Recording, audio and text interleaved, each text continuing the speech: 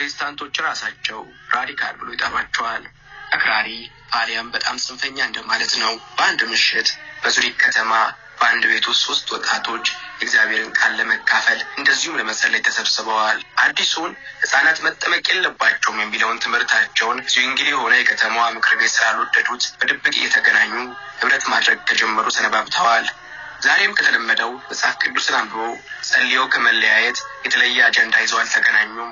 በደብዛዛው ብርሃን ውስጥ እየዘመሩ እያመሰገኑ እያለ ከመካከላቸው ጆርጅ ብላውሩክ የተባለ የካቶሊክ ካህን የነበረ ወጣት ወደ ጓደኛው ኮራን ግሬቤል ዞሮ በስሜትና በእርግጠኝነት ተሞልቶ በእውነተኛው የክርስቶስ ጥምቀት አጥምቀኝ ብሎ ጠየቀው። ግሬቤልም ከተቀመጠበት ተነሳና በጆግ ውሃ ሞልቶ በአብ በወልድና በመንፈስ ቅዱስ ስም አጠምቃለሁ ብሎ በብላውሩክ ራስ ላይ አፈሰሰ። ቤቱ ውስጥ ዝምታ ነገሰ። ጸጥ ረጭ አሉ። ቀጥሎም ግሬቤል በብላውሩክ እጅ ተጠመቀ። ከዛ ፊሊክስ መንዝ ተጠመቀ። ይህ የሆነው ለተሰኞ ወርሃ ጥር እንደ አውሮፓውያን አቆጣጠር በ21ኛው ቀን በ1525 ዓመተ ምህረት ነበረ። ይህ ልምምድ በእነሱ የተገታ አልነበረም። የዙሪክን ከተማ ያነቃነቀ ብዙዎች የተከተሉት ልምምድና ትምህርት ሆነ። ይህ ድርጊት ለዙንግሊና ለሉተር ብሎም ለካቶሊክ ባለስልጣናት አደገኛ ኑፋቄ ሆኖ ተገለጠ። ሰዓቱ ቀትር 9 ሰዓት አካባቢ እንደሆነ ይገመታል። ቅዳሜ ዕለት ነው። በረዷማ ቀን ጥር 5 1527 ዓመተ ምህረት ፊሊክስ መንዝ እጆቹና እግሮቹ በእንጨት ወደ ኋላ ተጠፍልገው ታስረው በወታደሮች ታጅቦ በአነስተኛ ጀልባ የሪፎርም ባለስልጣናት የደገሱለትን የሞት ድግስ ሊቋደስ መጣ። ከወንዙ ዳር ላይ እናቱና ወንድሙ ቆመው ይመለከታሉ። ወታደሮቹ ከጀልባ አንስተው ወደ ሊማት ወንዝ ወረወሩት። ፊሊክስ መንዝ የመጀመሪያው የአናባፕቲስቶች ሰማዕት ሆነ። የአናባፕቲስቶች መከራ ገና መጀመሩ ነው።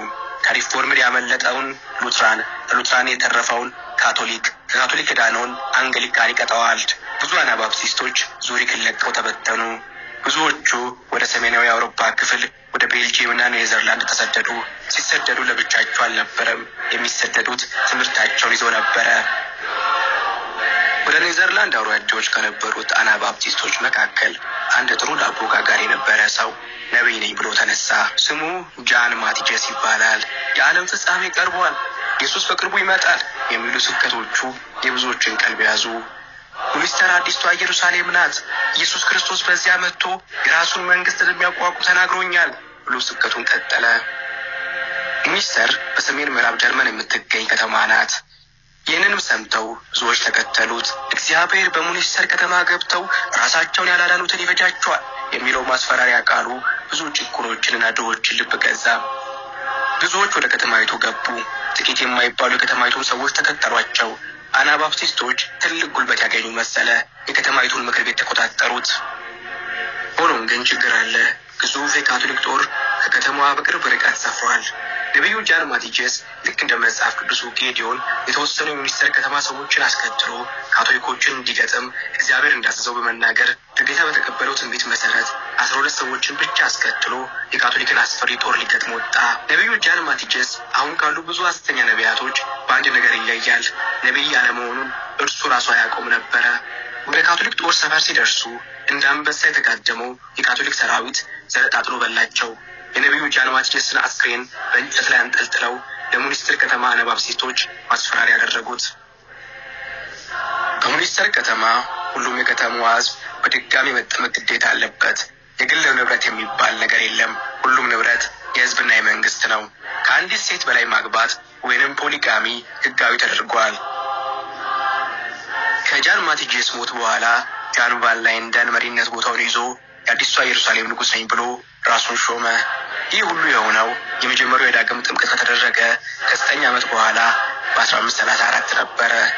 ከተማዋን ከቦ የተቀመጠው የካቶሊክ ጦር በረሃብና በመከራ ህዝቡን ይቀጣ ጀመረ። ከአንድ ዓመት መከራ በኋላ ግንቦት 25 1535 ከተማዋ በካቶሊኮች እጅ ወደቀች። የንቅናቄው መሪዎች በሙሉ ተይዘው ለሰሩት አደገኛ ኑፋቄ በሞት ተቀጥተው አስክሬናቸው በኬጁ ወይንም በቅርጫት ውስጥ ተደርጎ በቅዱስ ላምበርስ ቤተክርስቲያን እንዲንጠለጠል ተደረገ። ዛሬም ድረስ በቤተክርስቲያኒቱ ላይ ያን የተንጠለጠሉት ቅርጫቶች ወይንም ኬጆች ሳይነሱ ለታሪክ ተቀምጠዋል።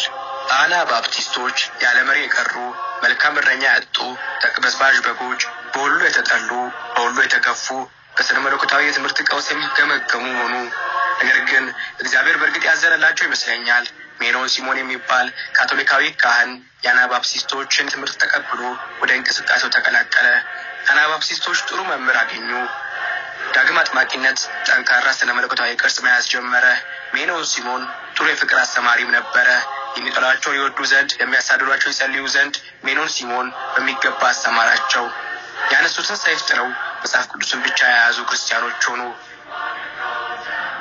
በየዱሩ በየገደሉ በጨለማና በጫካ የጥምቀትን ስርዓት እየፈጸሙ ጠላቶቻቸውን እየወደዱ መልካምነትን እያሳዩ በመከራ መካከል አበቡ። በፍቅር አሸንፏቸው የሚለው የሜኖን ሲሞን ትምህርት ልባቸውን በእርግጥ ገዛው።